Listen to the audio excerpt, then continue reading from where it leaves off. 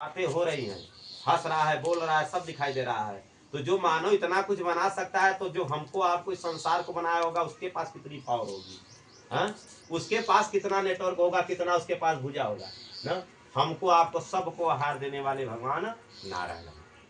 पेड़ को आवश्यकता होगी तो बारिश हो जाएगा, कीट पतंग को आवश्यकता होगा तो उसके अनुसार एक एक जीव को बनाया। देखिए, मुंह को देखेगा बिलार तो वो दौड़े उसके ऊपर झपटी लगाएगा, कुत्ता देखेगा बिल्ली तो उसके ऊपर झपटी लगाता है। लेकिन भगवान शिव के साथ देखिए, मोर भी है, सर्प भी है, बाघ भी है, बैल भी है, लेकिन कोई किसी से द्वंद्व नहीं कर रहा है। जान जाइए, शिव ऐसे भोले उग्रदानी, उनके पास सब कुछ है लेकिन कोई द्वंद्वता नहीं है। फिर भी यही सीख दिखाता है प्रेम। शिव शक्ति जैसे एक साथ है, उसका ही प्रतीक है। जान जाइए कि संसार सृष्टि को चलाने के लिए उसी प्रकार से सबको एक होकर चलना है, अलग नहीं रहना है। यहाँ पे जात धर्म का भेद नहीं है।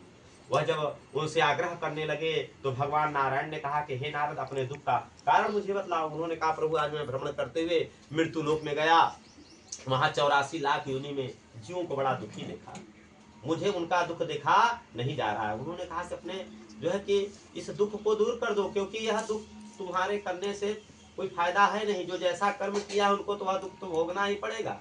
वो नहीं भोगेगा तो कौन भोगेगा भाई।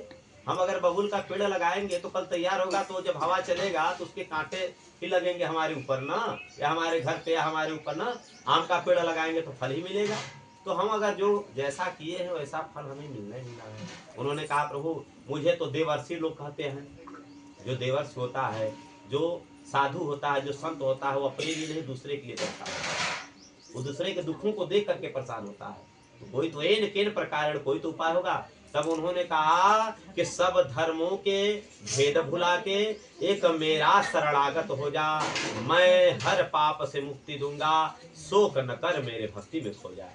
उन्होंने कहा, जितने जात धर्म इत्यादि बनाए गए हैं भेद, इसका भेद को हटा करके मेरे ऊपर जो आश्रित हो जाएगा, मेरे शरणागत हो जाएगा, मेरे बताए हुए मार्ग पर चलेगा, धर्म मार्ग पर चलेगा, जीव पर दया करेगा, तो मैं उसके सभी दुखों को दूर करके इस भवसागर से पार करने वाला हूँ। नारद जी ने कहा, प्रभु उसके लिए क्या करना होगा। उन्होंने कहा, मेरा व्रत पूजन करना होगा, मेरा नाम संकीर्तन करना होगा, मेरे बताए हुए मार्ग पर चलना होगा। उनका मार्ग तो बहुत कठिन है ना, क्योंकि धर्म का मार्ग कठिन होता है, क्योंकि बहुत अड़चने आती है धर्म के मार्ग पर। भगवान भी परीक्षा लेते हैं, देखें तो उस मार्ग पर चलने में यह भटक जाता है, त्याग निरंतर बढ़ता आ जाता है। तो निम्न प्रकार की जो भी कष्ट परेशानी आती है, प्रहलाद को देखिए, बाल्य अवस्था से ही भगवान नारायण का पूजा करता है।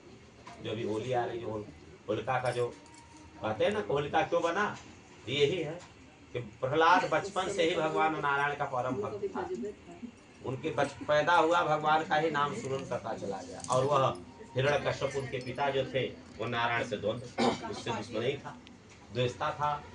उनको मानने का बहुत बहुत उपाय किया गया, लेकिन जब नारायण जिसके साथ, उसका कोई क्या बिगाड़ सकता है। तो भगवान जो है कि नारायण हर जगह अपने भक्तों के साथ, उनके साथ में लगे रहेंगे, लेकिन कर्मों का लेखा जोखा जो फल है उसको तो स्वयं को भोगना ही पड़ेगा। इस प्रकार से उन्होंने कहा कि